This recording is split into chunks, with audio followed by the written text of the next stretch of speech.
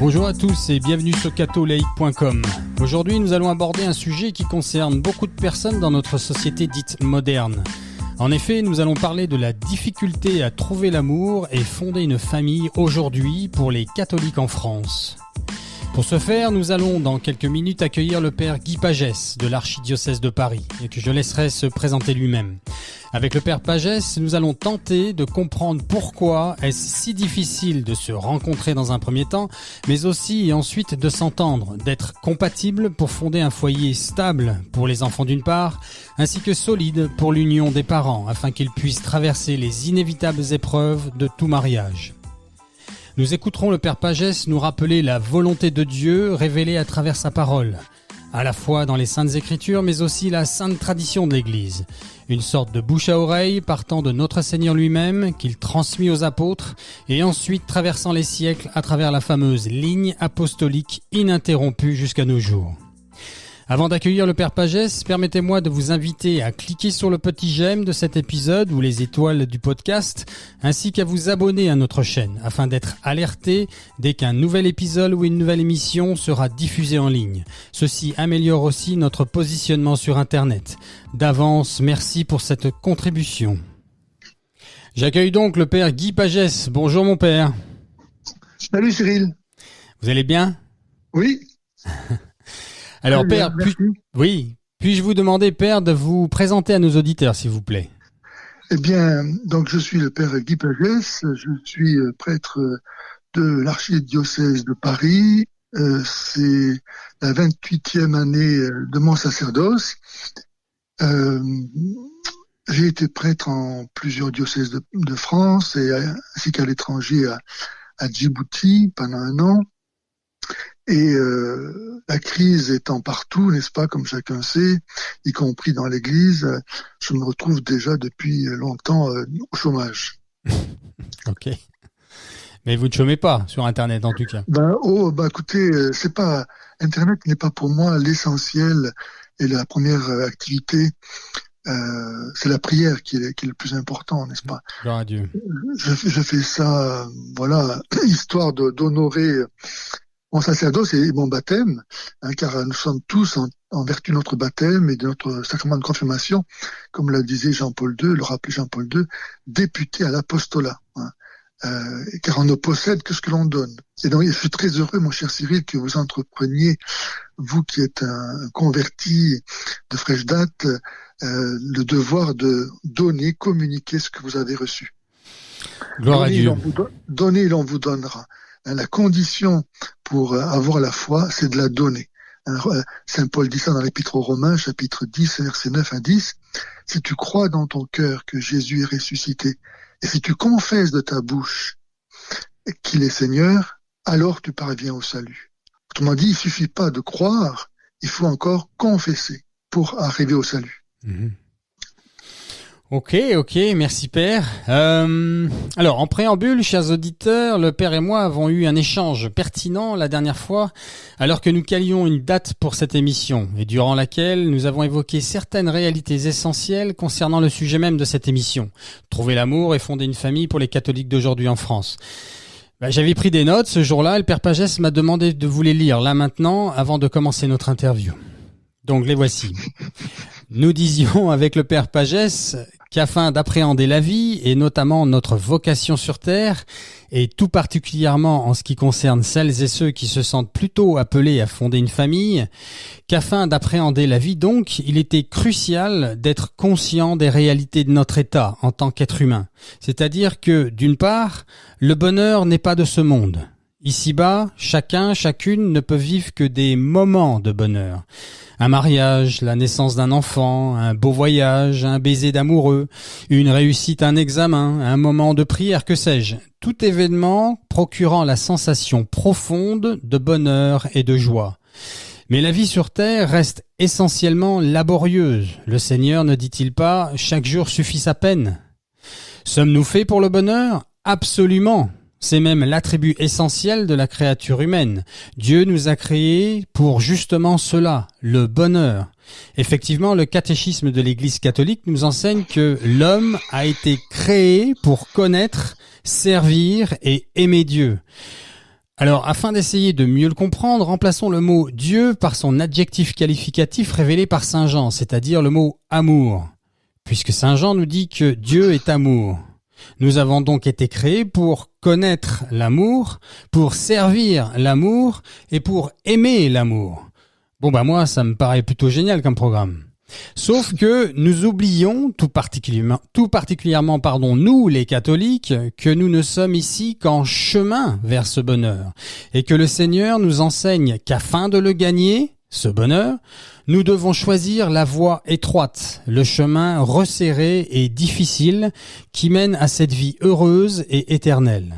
Pour le dire autrement, nous sommes aujourd'hui tellement éloignés du chemin, la vérité et la vie qu'est le Christ, que nous agissons et planifions notre existence sur terre comme s'il n'y avait que ce bref passage ici-bas, et que l'unique but de cette courte vie serait de prendre un maximum de plaisir, et encore tant que l'on a la santé.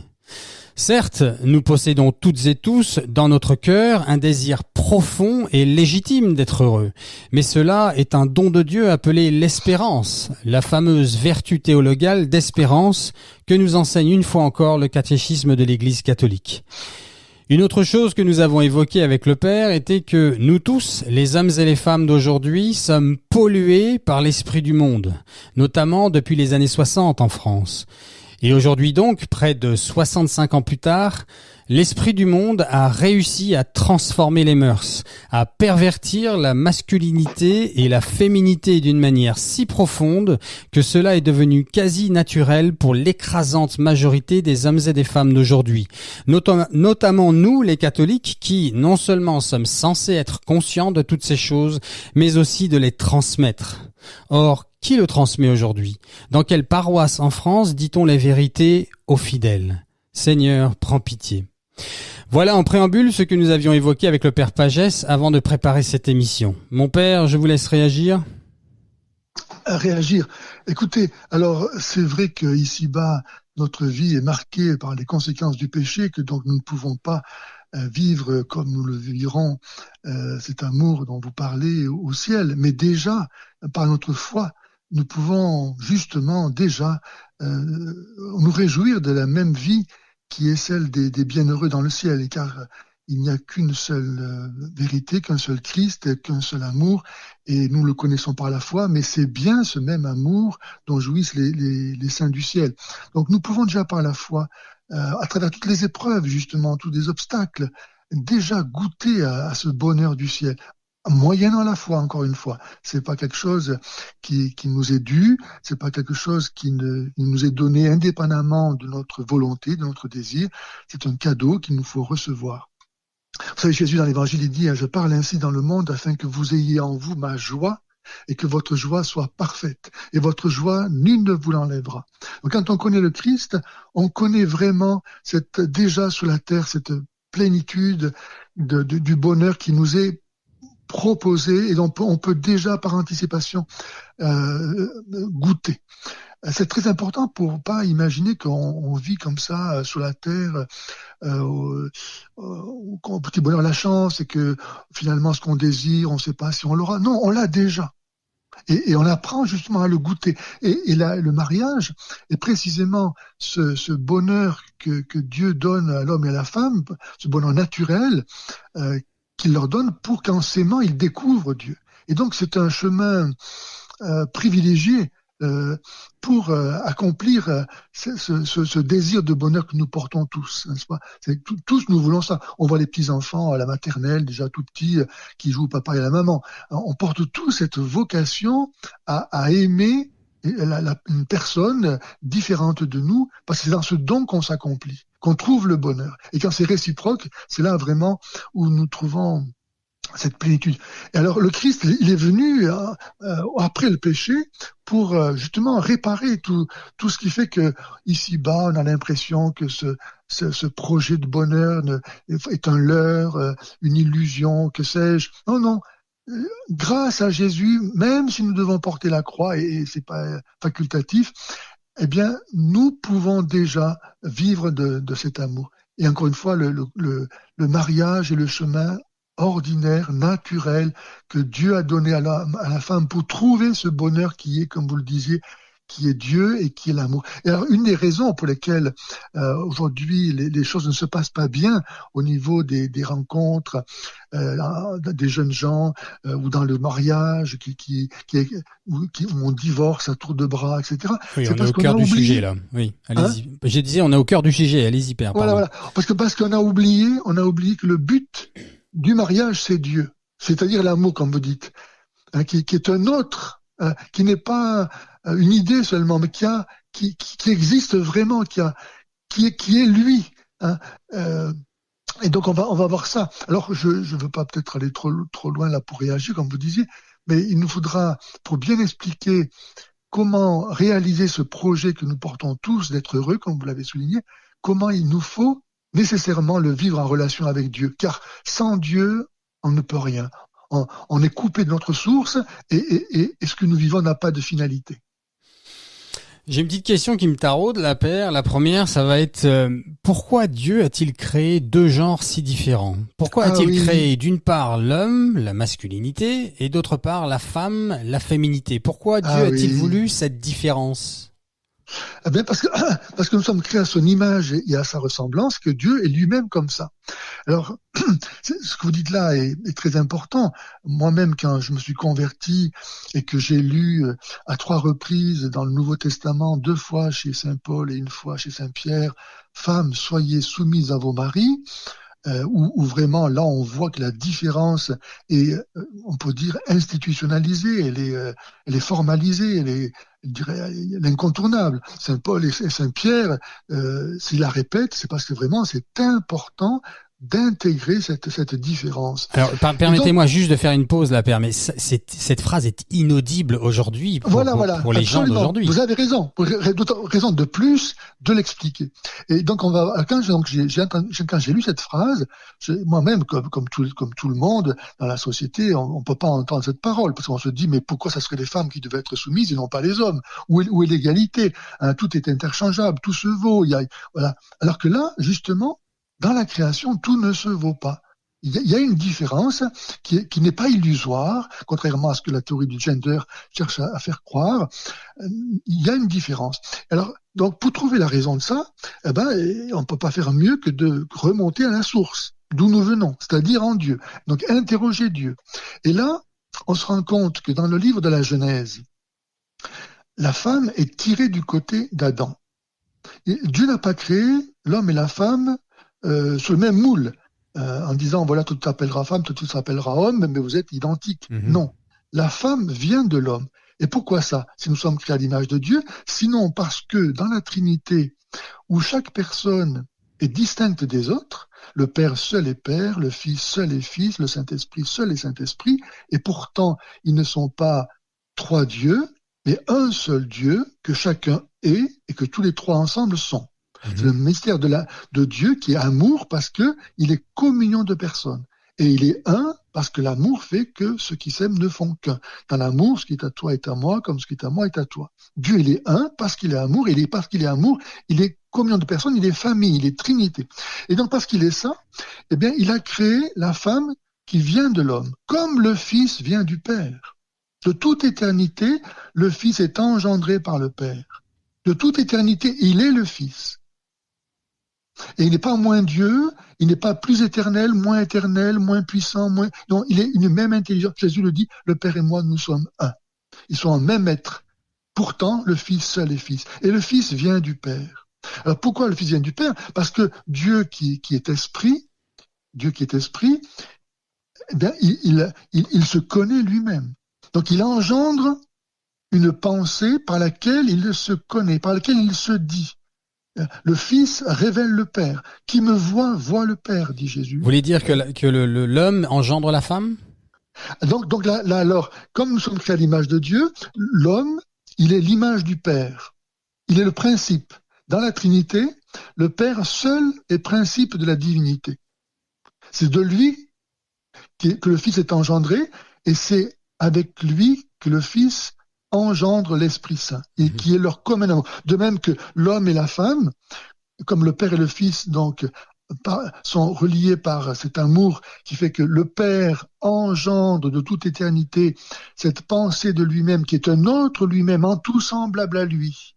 Hein, on peut pas imaginer l'intelligence sans une pensée. Et pourtant, la pensée est distincte de l'intelligence. Eh bien, on appelle Jésus le Fils ou le Verbe de Dieu parce que c'est l'expression même par laquelle le Père se connaît. Sans Fils, il n'y a pas de Père. Le Père sait qu'il est Père en voyant son Fils. Il se connaît lui-même comme Père. Et distinct donc du Fils, et qui est pourtant semblable à lui en tout. C'est vraiment. Donc, il y a ce mouvement par lequel le Père engendre de toute éternité le Fils, et par lequel, en retour, le Fils réfléchit au Père qui il est. Donc, ce double mouvement qu'on appelle l'Esprit Saint, qui est l'amour qui à la fois les distingue et les unit. Eh bien, l'homme et la femme, donc, sont créés à cette image-là, c'est-à-dire que l'homme est créé en premier, la femme est tirée du côté d'Adam, comme le Fils vient du Père. Le côté, en même temps, c'est très beau, c'est-à-dire que ça vient du cœur et que c'est de la même nature que lui. Elle n'est pas créée à partir de rien. Elle vient de lui sur une même nature. Et l'homme ne peut pas ne pas aimer sa femme puisque elle est un autre lui-même, comme le Père aime le Fils. Et donc, l'homme et la femme, par l'amour, ne font qu'un, et un prend le visage de cet amour et devient leur enfant. C'est pas un fait trois. L'homme et la femme, donc, sont différents. Dieu nous a créés différents pour qu'à l'image du Père et du Fils, ils engendrent leur amour qui prend le visage de leur enfant, comme le Père et le Fils engendrent l'Esprit Saint. Voilà. Il ne peut pas y avoir un Dieu plus vrai que la Sainte Trinité. Parce que tout est créé sur la structure, le schéma trinitaire. Je pourrais développer ça, voilà, mais c'est peut-être pas le moment, parce que nous parlons des difficultés aujourd'hui pour se rencontrer et fonder un foyer. Non, en vous écoutant, Père, j'étais en train de me dire que on peut pas nier qu'on ressent. En tout cas, moi, je ressens quelque chose de fort et de beau dans ce que vous dites. Mais me vient l'image d'un livre que je suis en train de lire où je ressens un moment de grâce. Et là, je repose mon livre sur ma table de chevet et je mets le pied par terre et la réalité me rattrape et ce que je viens de lire disparaît. Vous voyez ce que je veux dire? C'est comment concrétiser ce que vous venez d'expliquer, qui ne peut être que la vérité, et en même temps, comment je l'intègre dans mon quotidien. Alors, si je suis père de famille ou mère de famille ou pas d'ailleurs. Enfin bon, pour nous, les hommes et femmes qui cherchent à fonder un foyer, qui cherchent l'amour et qui sommes catholiques, comment concrètement intégrer cela dans notre quotidien? En fonction des événements qui se présentent. Alors je vais pas terminer parce que là je parlais de femmes soumises à vos maris. Là je voudrais développer ça parce que c'est très très important.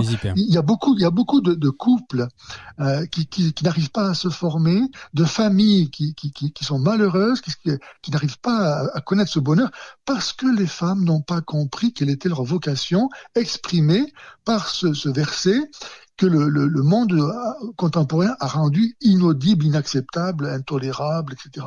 Donc, qu'est-ce que ça veut dire, femme, soyez soumise à Marie? Ça veut dire que la femme, si elle représente dans la création la personne du Fils dans la Trinité, Jésus nous a montré comment lui, il aime le Père. Il aime le Père, comme il l'a manifesté à Gethsémani, en préférant faire la volonté du Père plutôt que la sienne. Quand il est face à la croix, il prie à 3 reprises, parce qu'en tant qu'homme, il n'a pas du tout envie d'aller sur la croix. Et donc il dit, Père, si c'est possible, que cette coupe s'éloigne de moi. Cependant, non pas comme je veux, mais comme tu veux.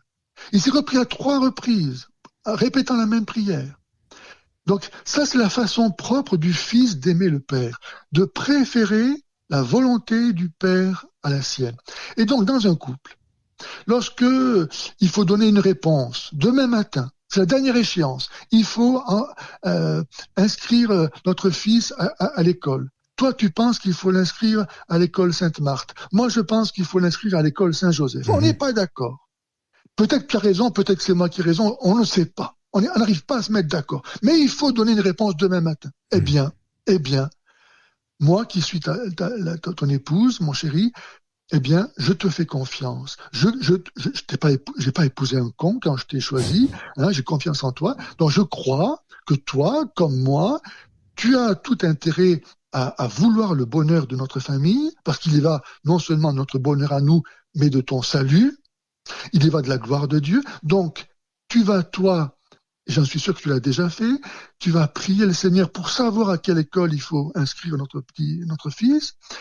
Tu m'as demandé mon avis, tu as écouté tous mes arguments avec intérêt, parce que tu sais pas la vérité, toi, a priori, tu sais pas qu'est-ce qu'il faut faire, donc tu cherches, donc moi je suis là auprès de toi pour te donner mon avis, donc tu écoutes mon avis, et toi-même tu as réfléchi. Et après avoir fait tout ça, tu vas prendre une décision, et je te fais confiance que ça sera la bonne décision. C'est ça la façon propre de l'épouse, parce que en renonçant donc à sa volonté pour faire la volonté de son époux, elle va réaliser l'unité de son couple. Un être qui a deux têtes, c'est un monstre. Une communauté où il y a deux chefs, c'est la guerre civile. Mais si l'épouse donc est capable de dire par amour pour toi, moi je suis pas d'accord, tu veux la mettre à l'école Sainte-Marthe, moi je vais mettre à l'école Saint-Joseph, je suis pas d'accord, mais il faut trouver une réponse, eh bien je suis d'accord pour que on la mette à l'école Sainte-Marthe parce que tu veux le mettre. Et comme ça, il y a une seule volonté. Et donc l'épouse, par son sacrifice, réalise l'unité de son couple et de sa famille. Parce que si les enfants voient maman qui fait confiance à papa, qui obéit à papa, et spontanément, naturellement, ils feront la même chose. Donc elle réalise l'unité de toute sa famille. Elle a dans les mains les clés pour la cohérence, la cohésion de sa famille. En imitant le Christ qui a donné sa vie par amour. C'est ça la vocation de l'épouse, de montrer son amour. Et un homme ne peut pas être plus heureux que lorsqu'il voit que son épouse lui fait confiance. Si une épouse manque de confiance en son mari devient l'homme le plus malheureux de la terre. Il n'y a rien de tel pour détruire un homme qu'une femme qui se met à ridiculiser ou à douter de son mari.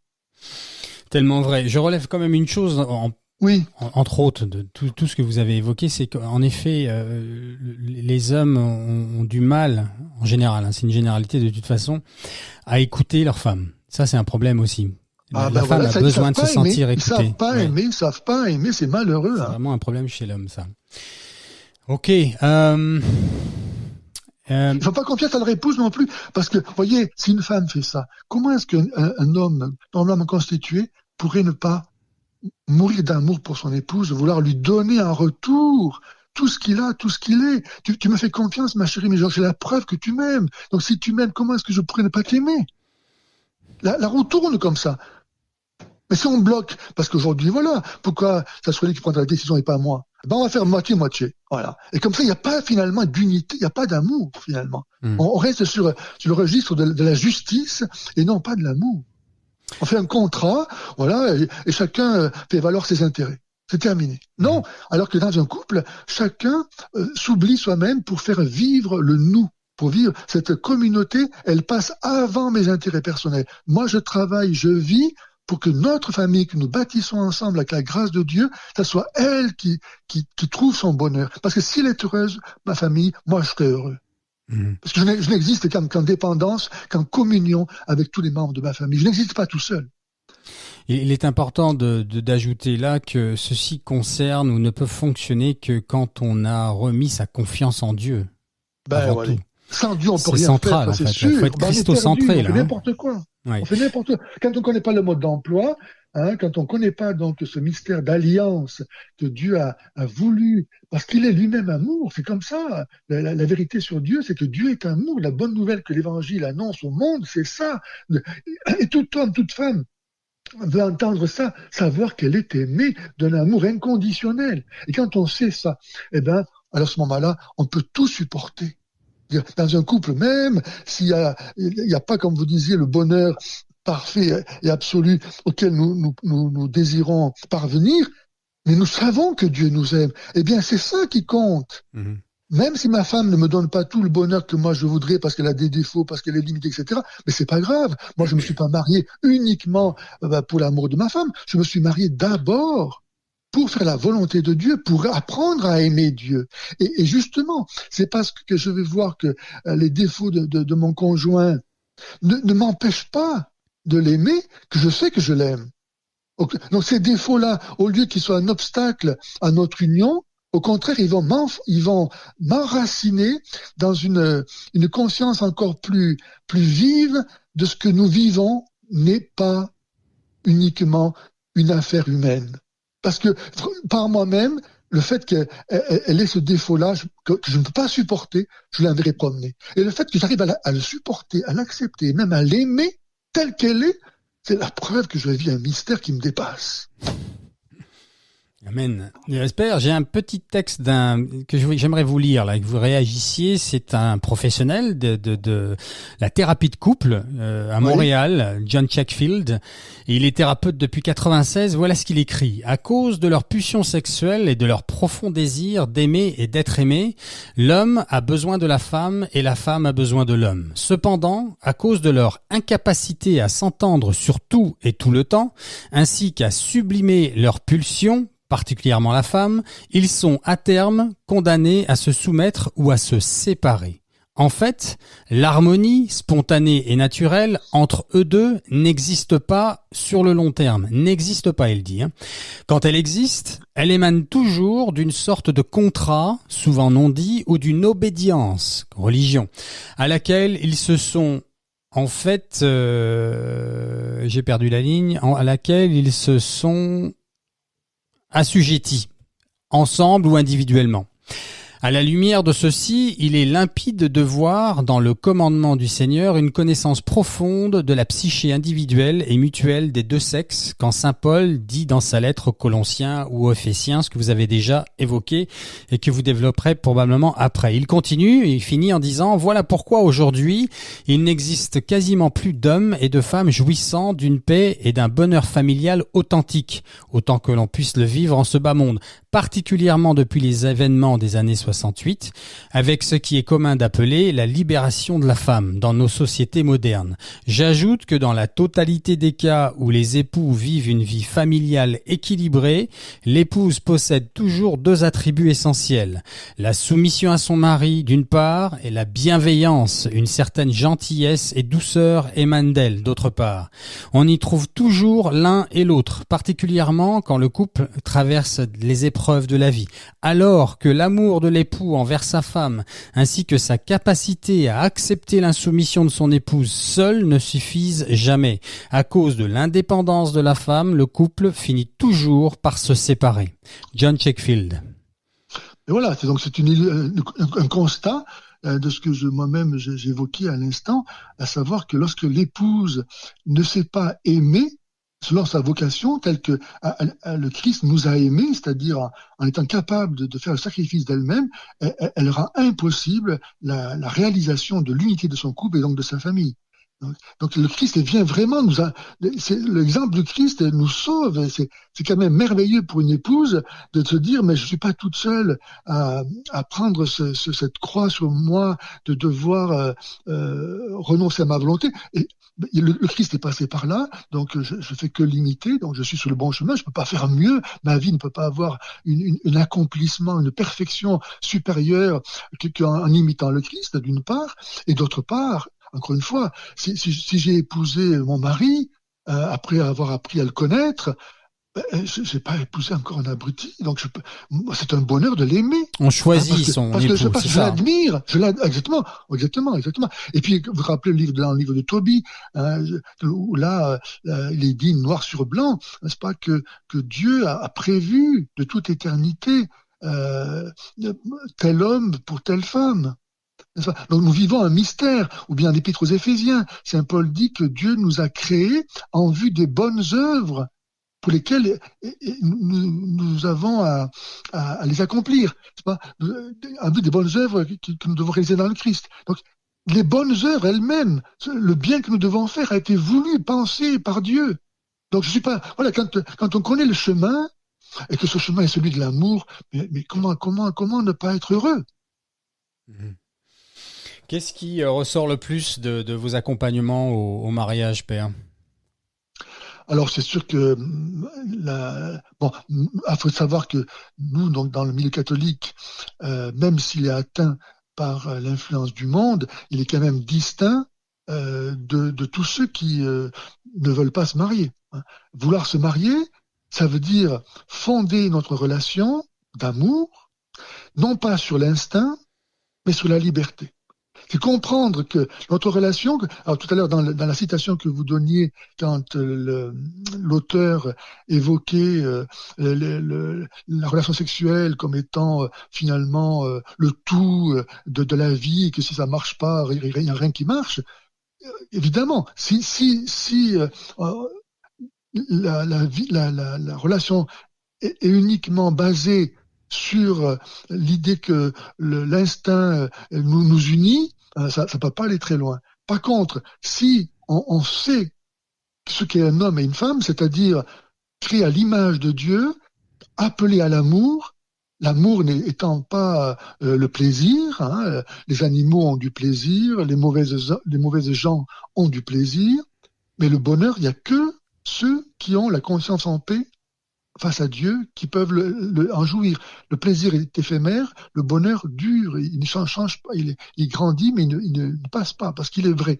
Bon, tout ça pour dire que quand on est dans le régime chrétien, on veut fonder sa relation, donc non pas sur l'instinct ou la passion, mais sur la liberté, car on n'est pas obligé de se marier. Les animaux dans la nature, quand c'est l'époque du rut, ils se rencontrent, ils s'accouplent, il n'y a pas de problème. Et les hommes peuvent faire la même chose, ils se rencontrent, ils se plaisent, ils se mettent ensemble. Ok. Vous parlez de l'engagement, là. Voilà, exactement. Alors que des gens qui se marient, eux, ils disent, notre relation, on veut la fonder sur un acte qui n'est pas nécessaire. C'est pas indispensable pour vivre ensemble, manger ensemble, vivre sous le même toit, dans le même lit, avoir des enfants, que d'être marié. La preuve c'est qu'aujourd'hui, la plupart ne sont pas mariés. Nous voulons nous marier. Ça veut dire que nous voulons poser, au départ de notre existence commune, un acte non nécessaire, un acte de pure liberté. Car l'amour suppose la liberté. Il pourrait vous dire qu'il y a la pression sociale d'une part culturelle ou comment dire aussi des raisons d'objectivité financière, que sais-je, qui font qu'on se marie, c'est ça? Mm-hmm. Oui, ben c'est très bien. Mais quel est la société n'est pas en soi, les institutions ne sont pas quelque chose de mauvais que nous devons. Ça, c'est vraiment l'esprit révolutionnaire qui a infecté les mentalités pour leur faire croire que tout ce qui est la société est mauvaise. L'homme est bon, mais la société le rend mauvais. Non, la société, elle est là pour nous aider à réaliser normalement notre vocation. Donc les institutions sont ordonnées, les lois en principe doivent être faites pour nous aider à éviter le mal et à faire le bien facilement. Donc que l'institution, que la pression sociale, etc., comme on dit, soit là pour m'aiguiller et m'aider, mais gloire à Dieu. Gloire à Dieu, c'est pas un problème. Il vaut mieux que le contraire, hein, malheureusement. La prière semble être vraiment essentielle dans tout ce que vous dites. Moi, personnellement, ce qui me parle le plus, c'est que je me dis, mais si on prie pas, ça peut pas marcher. Vous avez raison. D'ailleurs, le pape Jean-Paul II disait ça. Une famille qui prie est une famille qui vit. Et Paul VI disait, une famille unie dans la prière reste unie. Pourquoi est-ce qu'il y a tellement de divorces aujourd'hui? Parce que les couples ne prient plus. Parce qu'ils n'ont plus conscience que ce qu'ils vivent vient de Dieu, que l'amour vient de Dieu. Dieu est amour. Et que donc leur amour ne peut pas se vivre autrement qu'en relation à Dieu. Encore une fois, l'amour suppose la liberté. Dieu nous oblige pas à l'aimer. Hein, voilà, il nous a fait des dons. Hein, et après, on peut en faire ce qu'on veut. On peut les délaisser, les mépriser, les mettre à la poubelle. On fait ce qu'on veut. Ou bien on peut les faire fructifier. Mais on peut pas les faire fructifier autrement qu'en les reliant à la source de tout être qui est Dieu. Donc un couple doit nécessairement prier. Comment est-ce que, en parlant pour un couple catholique en particulier, comment est-ce que, quand on est catholique, comment est-ce qu'on pourrait passer une journée, si vraiment on est normalement constitué, sans remercier Dieu pour l'amour que nous vivons? Sans lui dire, Seigneur, c'est un mot que tu nous as donné, vraiment, nous te bénissons, parce que nous voyons qu'à travers lui, nous devenons meilleurs. Nous sommes en train de grandir en vérité, à s'humaniser. On connaît ce bonheur déjà que tu nous donnes, et puis on nous te demandons de le faire grandir, de le rendre plus fort, plus sain, plus fécond, pour ta gloire, pour notre bonheur et pour celui de beaucoup de gens autour de nous. Comment ne pas faire une telle prière chaque jour? Et puis ensuite, quand on a des enfants, c'est le devoir en particulier du chef de famille de conduire la petite communauté que Dieu lui a confiée sur le chemin non seulement de la vie du temps, mais de l'éternité. Et donc, si les enfants voient papa et maman incapables de passer une journée sans parler à Dieu, sans lui dire qu'on l'aime, mais tout naturellement, eux, ils feront la même chose, ils vont vivre avec Dieu comme avec quelqu'un qui est présent dans leur vie et pour qui ils vivent et en qui ils peuvent avoir confiance. Je ne sais pas si vous êtes au courant, Père, mais aujourd'hui, sur les sites de rencontres catholiques inclus, si vous vous présentez comme quelqu'un, et là je fais pas de différence entre les hommes et les femmes, moi bien sûr je m'intéresse aux femmes, mais c'est pareil, j'en suis sûr, puisque c'est sociétal. Si vous vous présentez comme quelqu'un de priant, vous êtes un extraterrestre, hein. Oui, écoutez, c'est pas grave. Faut assumer, hein. Non, assumer sa différence. Oui, c'est pas de ça que je voulais vous faire réagir. C'est que c'est le constat de la société actuelle. D'accord. Et là, c'est bien sûr. Mais on est persuadé, vous comme moi, que ça ne peut pas ne pas parler avec bonheur au cœur de tous ceux qui se disent, tiens.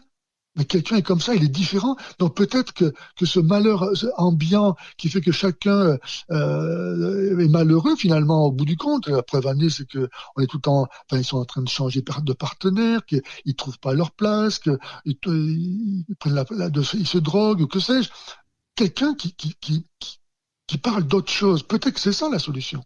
Moi, je pense que c'est vraiment entendre quelqu'un qui est capable de dire sa foi. Parce que finalement, qui que nous soyons, où que nous soyons, nous sommes là en tant qu'envoyés du Seigneur. Nous sommes les serviteurs du Seigneur.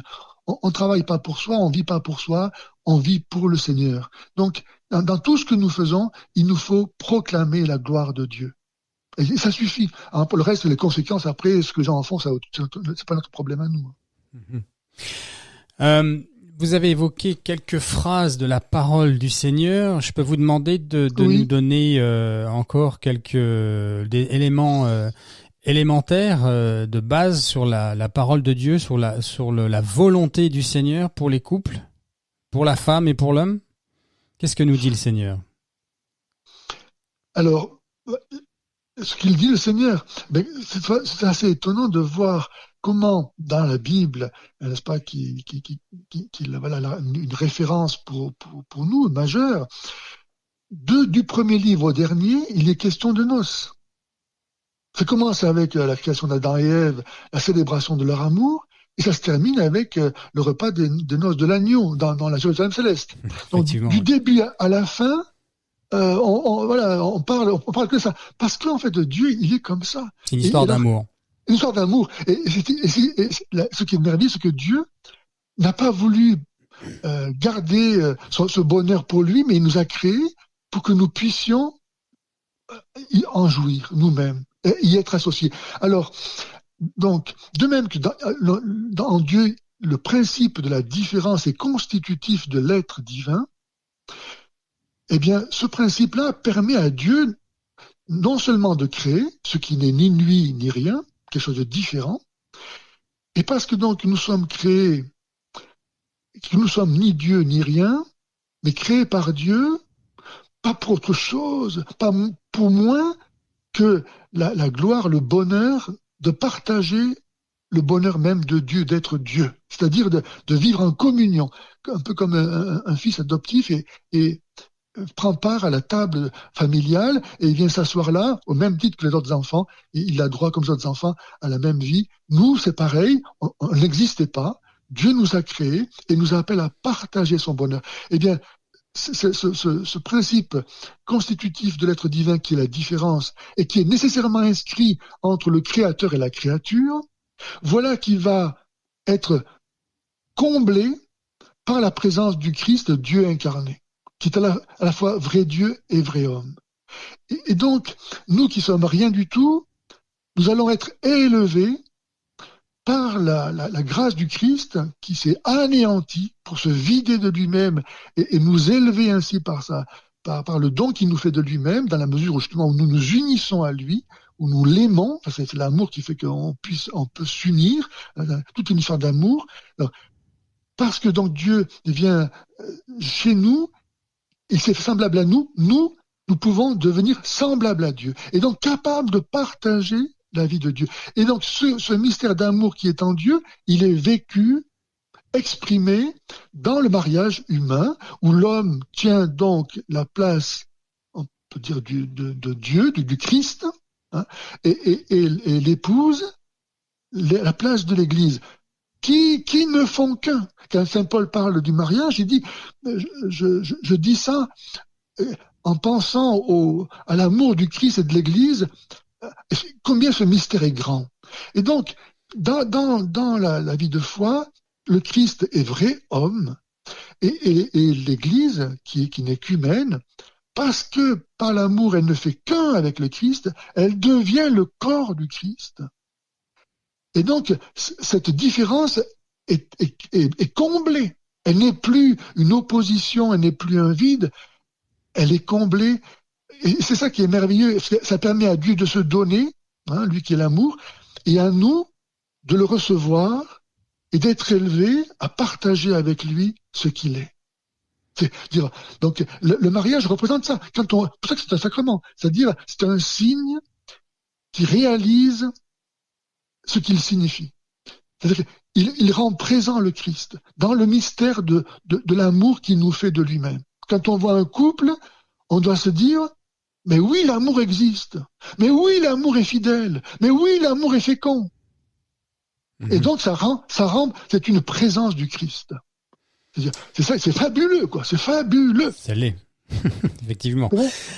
J'ai deux choses dont je voulais vous parler et vous faire réagir. La première, c'est la réalité, l'intégration dans ce monde moderne, encore une fois, de la chasteté, de la pureté, dans l'entrée des fiancés, dans les fiançailles, dans la préparation au mariage. Alors, je vais pas. C'est très important. Oui, j'ai une expérience personnelle avec ça qui est merveilleuse et je voulais vous écouter en fait pour que vous nous invitiez à aimer ça et à entrer dans cette réalité.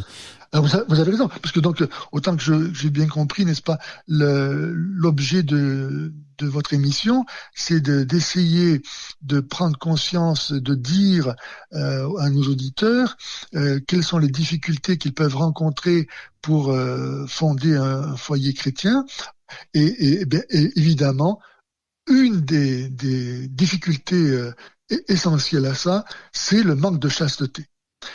Parce qu'aujourd'hui, la société qui rejette Dieu trompe les gens, donc par le fait même, en les écartant de la vérité de l'amour, et leur fait croire que le plaisir, c'est ça, le but de la vie, c'est ça le bonheur. Et donc, on met dans les collèges, voilà, que la contraception est gratuite, les parents n'ont rien à dire. Enfin, c'est une abomination de voir à quel point ce monde est en train de pervertir l'innocence des enfants et de ruiner leur existence. Alors pourquoi est-ce que l'Église parle de chasteté? En fait, nous devons tous être chastes, que nous soyons mariés ou pas mariés. La chasteté, c'est la qualité du cœur qui ne tolère aucune faute, aucune tâche entre elle et Dieu, entre elle et la lumière. Donc la pureté, c'est d'avoir cette capacité de réfléchir la gloire de Dieu dans toute sa perfection, en ne tolérant rien qui puisse défigurer en nous l'image de Dieu. Donc nous devons tous être chastes. Hein. La continence, par contre, ça, c'est réservé aux gens non mariés. Et pourquoi donc l'acte sexuel est beau, sain, légitime dans le mariage et est un péché, et un péché grave qui nous conduit à l'enfer, hein, en dehors du mariage? Eh bien tout simplement parce que l'amour, par définition, comme nous l'avions dit, c'est se donner. Or, si quelqu'un pose ce geste de l'acte sexuel en dehors du mariage, ce geste ne va pas donc exprimer le don de soi. puisque le mariage, c'est justement le jour où un homme et une femme sont capables devant Dieu, devant le monde entier, de se dire l'un à l'autre, je t'aime, et la preuve que je t'aime, c'est qu'à partir d'aujourd'hui et jusqu'à ma mort, je consacre ma vie à te rendre heureuse ou à te rendre heureux. Même si 15 jours après le mariage, tu es grabataire, je te promets que je serai là pour t'assister jusqu'à la fin. Est-ce que celui qui n'aime pas est capable de faire une telle promesse ? Évidemment, non. Donc, le mariage, c'est la preuve de l'amour, parce qu'on ne peut pas donner plus que donner toute sa vie jusqu'à la mort, pour le meilleur et pour le pire. Et donc, l'acte sexuel, une fois qu'il y a eu cette donation de soi libre, consciente, volontaire, à ce moment-là, l'acte sexuel exprime vraiment ce don de soi. Et donc, c'est vraiment un acte d'amour. Par contre, celui qui n'a pas été capable de donner sa vie, s'il pose cet acte-là, il ment.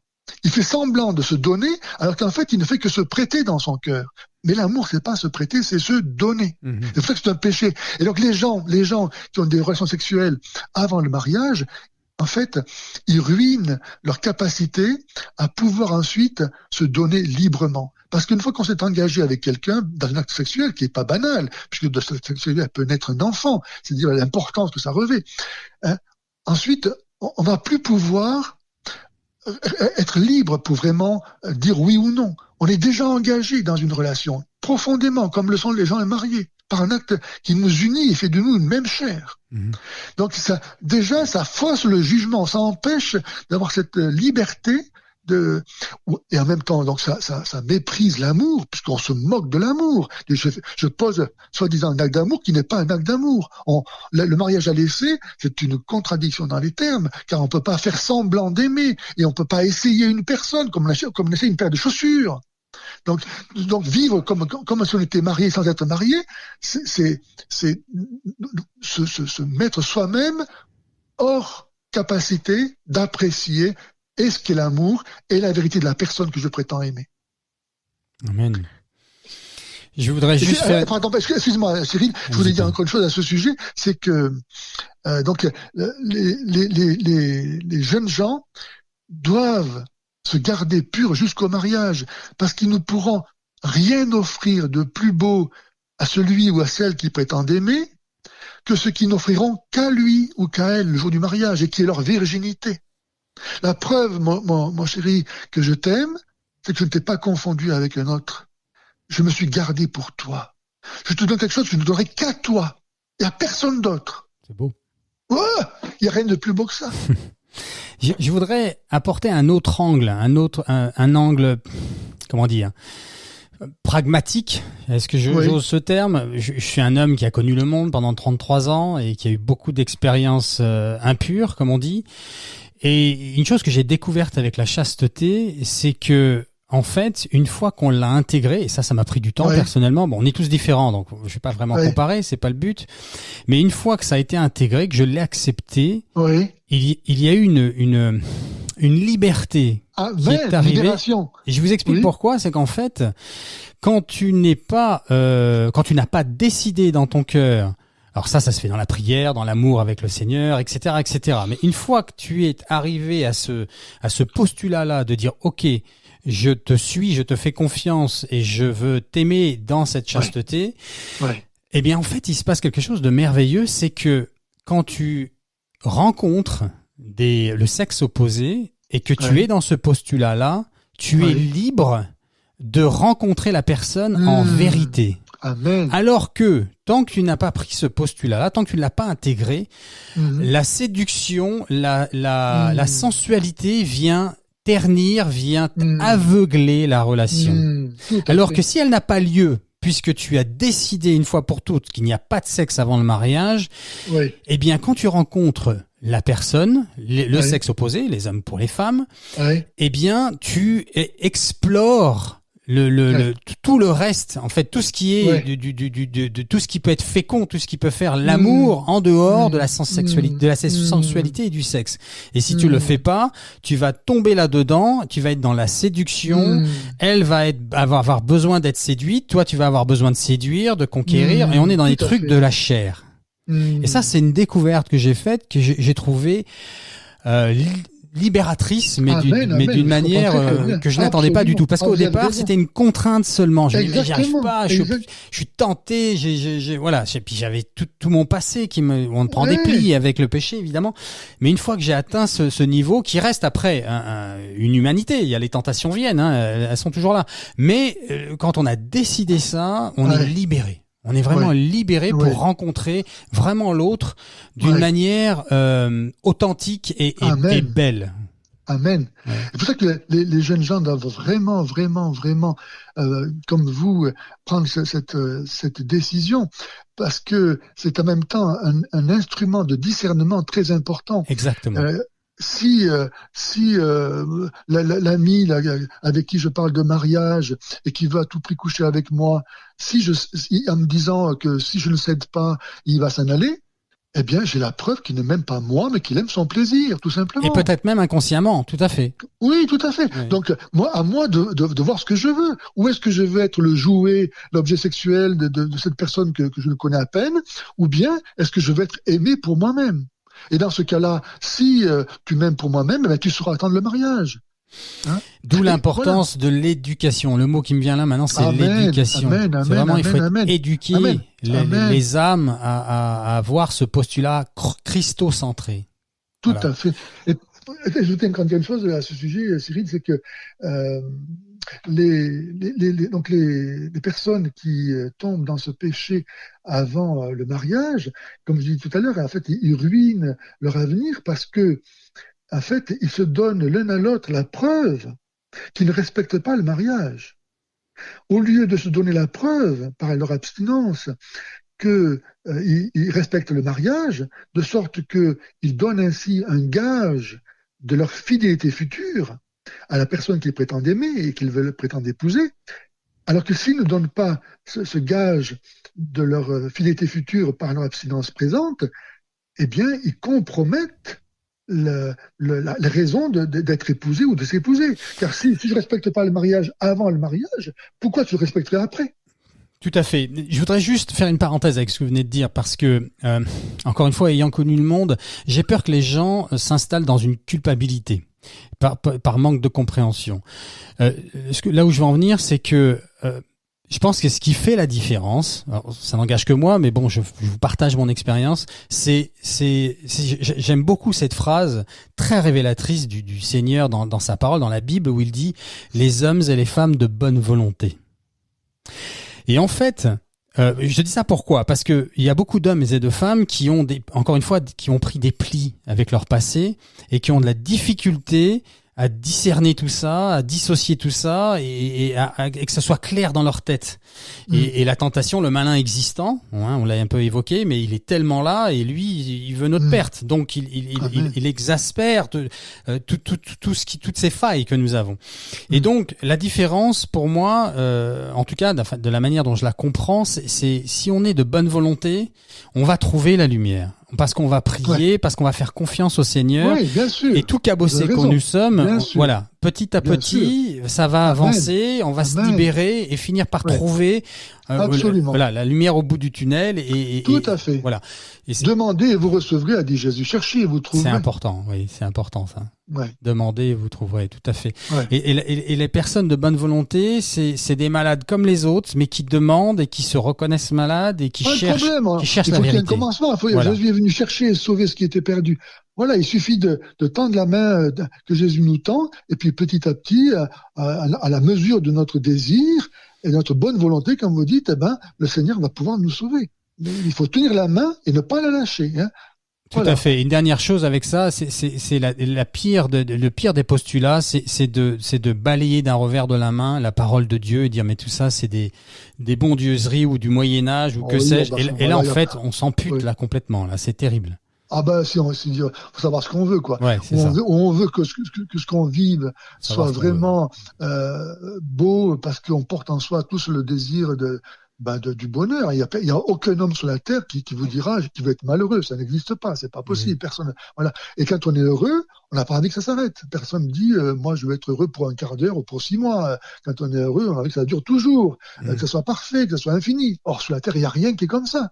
Donc, il n'y a rien qui est parfait, il n'y a rien qui est infini, il n'y a rien qui est éternel. Donc, on voit bien qu'on est fait pour un bonheur qui n'est pas de ce monde. Et qu'est-ce qui est infini, qu'est-ce qui est éternel, qu'est-ce qui est parfait? Ben, Dieu seul.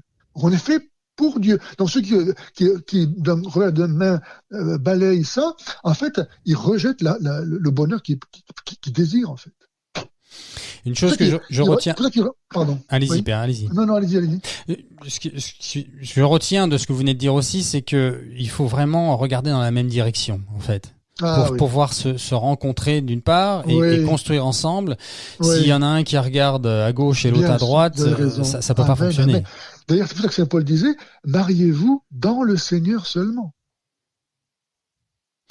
Oui, il n'évoque pas un moment qu'il y a certains qui ont trouvé le Seigneur, qui sont catholiques, enfin j'ai plus le terme qu'il utilise, et que si ils ne sont pas eux, ils sont sauvés grâce à vous. Il n'y a pas quelque chose comme ça, non? Oui, dans la mesure effectivement où ils ne s'opposent pas, parce que là il parle de couples qui étaient déjà constitués avant la conversion de l'un d'entre eux, c'est pas? Et donc le mariage étant une réalité naturelle, pour l'Église, ils sont réellement mariés.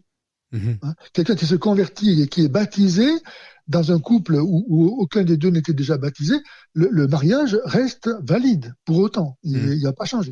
Okay. Donc, en vertu de la présence de la partie croyante, Saint Paul dit, la personne, le conjoint est sanctifié dans la mesure où il ne va pas s'opposer à la grâce de Dieu qui lui est manifestée par son conjoint baptisé. Parce que si, après avoir entendu la bonne nouvelle, il continue à s'obstiner, à vouloir rester païen ou que sais-je, c'est lui-même qui se condamne. Mais la présence dans son couple de la foi lui ouvre l'accès au salut, comme à son conjoint converti, n'est-ce pas?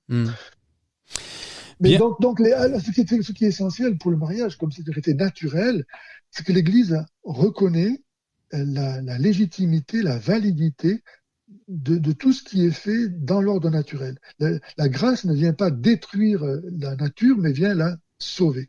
Donc, le mariage, comme il était une réalité voulue par Dieu avant le péché originel, dans le paradis, l'Église reconnaît la validité, la légitimité du mariage des non-baptisés, qui sont vraiment mariés. Pour revenir sur le postulat que j'évoquais, qu'il faut vraiment regarder dans la même direction, j'ai l'impression, je le ressens comme ça en tout cas, que c'est plus difficile pour une femme aujourd'hui qui est en fait tiraillée entre ce que l'esprit du monde essaye de lui vendre, ces féminismes, pour prendre un terme général bien sûr, ces féministes, qui d'un côté lui tirent le bras dans l'autre direction et le Seigneur qui veut l'attirer dans la direction opposée. Et je me dis, pour une femme, c'est tellement facile de tomber en fait, dès qu'il va y avoir des problèmes dans le couple ou autre chose, que sais-je, et de se dire mais voilà, je prends mon indépendance, le monde me le vend jour et nuit, 24 heures sur 24, et je trouve que vraiment c'est compliqué aujourd'hui, c'est terrible d'ailleurs. Certes, c'est sûr qu'il y a des difficultés particulières à notre époque. Je pense à la contraception par exemple, qui ruine la relation conjugale, malgré la promesse de libération qu'elle prétend apporter. C'est une des raisons, de beaucoup de malheurs dans un couple. Mais la femme, en tant aujourd'hui, c'est vrai qu'elle est le pivot. C'est pas pour rien que le démon s'acharne sur elle. C'est pas pour rien qu'il est venu attaquer Ève en premier, parce que en fait, elle est, à l'image du Christ, le pivot autour duquel va tourner toute la vie, celle qui porte la vie, quoi. C'est très intéressant ce que vous dites là, oui. En effet, vous repartez sur, vous faites le rapprochement avec Ève, en effet, oui. Pardon, je vous ai coupé. Non, mais c'est vrai que donc aujourd'hui, comme vous disiez, les femmes ont des difficultés particulières. Je pense donc que malheureusement, on voyait le féminisme l'amène à détruire l'estime qu'elle doit avoir d'elle-même en tant que femme. Elle doit à tout prix se réaliser en tant qu'homme. C'est malheureux, hein, un homme comme les autres, elle doit être. Hein.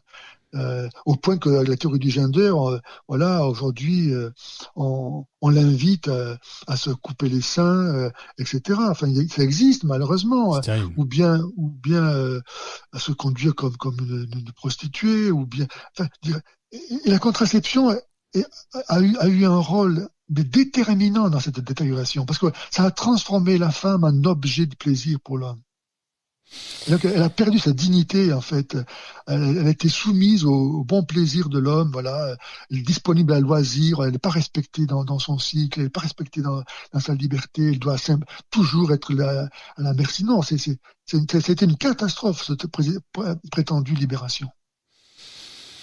Ça a été en même temps, ça a en même temps été, évidemment, il faut le dire, ça a été la source, en fait, d'où est venue la légalisation de l'avortement. Car dans la contraception, l'enfant est un risque à éviter.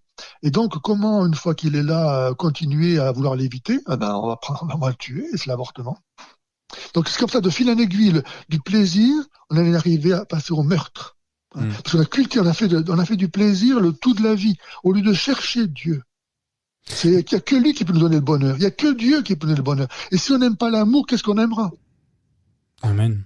Vous savez qu'on vient, vous me faites penser à une chose, là, on vient de découvrir, là, récemment, les scientifiques viennent de découvrir une fabuleuse et une extraordinaire lumière qui entre et qui transcende l'ovule et le spermatozoïde au moment de la conception. C'est magnifique. C'est au moment où le spermatozoïde est entré, et donc il ne peut plus y en avoir un deuxième qui rentre, la lumière fulgurante arrive. C'est merveilleux. Atomique presque. On le voit en vidéo. Tiens, je vais mettre le lien sur le podcast. Je veux bien, oui. Et comme ça, nos auditeurs pourront le voir. Et donc, on a comme une preuve que l'âme arrive à ce moment-là. C'est la lumière qui arrive. Tout à fait. C'est extraordinaire. Ouais. C'est magnifique.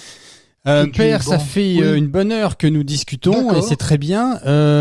J'aimerais terminer, on va prendre notre temps, mais j'aimerais terminer avec des points pragmatiques, des conseils à donner à nos auditeurs, hommes et femmes, pour les clés du bonheur et pour fonder une famille et faire quelque chose de positif. Qu'est-ce qu'on peut leur dire? Qu'est-ce qu'on peut partager? Alors, mon cher Cyril, déjà, on peut faire déjà un petit récapitulatif de ce que nous avons évoqué. Donc, nous avons déjà signalé le devoir de la chasteté. L'acte sexuel a une signification qui doit être respectée. Il est l'expression du don de soi. Donc je dois déjà décider, moi, tout seul, homme ou femme, d'être chaste dans ma vie pour trouver mon conjoint, ma conjointe. Amen. Okay. Amen. Parce que l'acte sexuel, évidemment, il a une caractéristique propre qui est vraiment ce plaisir permet de porter le fardeau de la vie quotidienne. Il vient dans la vie du couple. Je dirais embellir, enchanter la relation. Je le décide et si je tombe, je vais me confesser, je me relève et je garde la même décision. Amen, amen, amen, amen. Voilà. Donc ça, c'est vraiment sacré, c'est sacré. On ne doit pas toucher à ça, on ne peut pas profaner ça. Ensuite, il faut se former, il faut apprendre à se connaître, il faut aussi se méfier de l'influence du monde qui fait croire que la réalisation de soi passe notamment par l'acquisition ou d'une situation brillante ou de l'argent. Parce qu'à cause de ça, on va prolonger les études, on va prolonger une situation dans la perspective d'avoir beaucoup d'argent pour pouvoir enfin fonder une famille. Non, ça marche pas comme ça. L'argent est utile, mais c'est pas lui qui est déterminant. Donc attention à ne pas faire passer la réalisation de soi à l'image du monde avant l'obéissance à la volonté de Dieu qui va se manifester dans telle rencontre, voilà. La vie de prière, il faut demander à Dieu de nous guider, de savoir reconnaître sa volonté dans les événements. Se garder comme de la mort, évidemment, de la pornographie, de toute cette culture qui encore une fois, qui humilie fausse le regard qu'on peut porter sur autrui comme sur soi-même, et qui ensuite aura des conséquences dans la vie conjugale. Hein. Ça ne faut pas s'imaginer, parce que là, ça a une influence, ça affecte profondément la personnalité et l'aptitude à aimer. C'est un mensonge. Voilà. C'est un mensonge. C'est que ça excite, que ça attire. Ok, la chair est faite ainsi. Mais c'est un mensonge du malin. C'est un mensonge du malin, absolument. Quand Jésus dit, celui qui regarde une femme avec concupiscence a déjà commis l'adultère avec elle, ça montre bien la gravité de ceux qui se laissent aller à regarder la pornographie. C'est une drogue, en fait. Hein. Oui. Au bout d'un moment, on peut plus s'en défaire, ça devient une catastrophe. Bon. Donc, exclure aussi toute perspective de contraception. Hein, voilà. Pourquoi la contraception est un péché? Parce que elle nie l'union. Hein. Si je prends une contraception et que je pose l'acte d'amour qui est censé nous unir, là, j'empêche que cette union puisse être féconde. Donc, je détruis la signification même de l'union. Car l'amour est fécond par nature. Il faut arrêter de croire que le sexe est un loisir. Il faut arrêter de croire que le sexe est un loisir. Exactement. Et ça ne veut pas dire que toutes les unions doivent être légitimes, doivent être fécondes pour autant. Ça veut dire qu'il faut apprendre à se connaître. Les jeunes femmes doivent apprendre ça en premier lieu, pour savoir gérer leur fertilité. Et donc, comme l'Église l'enseigne, elles doivent apprendre à, si besoin, à savoir reconnaître leur cycle, quand elles sont fécondes, quand elles ne sont pas fécondes. Hein. Et ça, c'est très important. C'est un chapitre qui est complètement occulté. Il n'y aurait pas besoin de contraception si les gens pratiquaient la régulation naturelle des naissances. C'est très, très, très, très important. Il y a plusieurs avantages à ça. Le premier, c'est que ça développe nécessairement la maîtrise de soi. Hein, tu es féconde, donc on n'a pas d'union pendant cette période. Donc moi, j'apprends à me retenir, donc j'apprends à me maîtriser. Et si l'amour est le don de soi, eh bien, pour pouvoir se donner, il faut d'abord se posséder. D'abord être maître de soi. Plus je me posséderai, plus je pourrai me donner et plus je pourrai aimer. Ensuite, cette méthode, en développant aussi la confiance, tu me dis que tu es féconde, tu me dis que tu n'es pas féconde, je te fais confiance. Donc ça développe là encore l'amour. Mmh.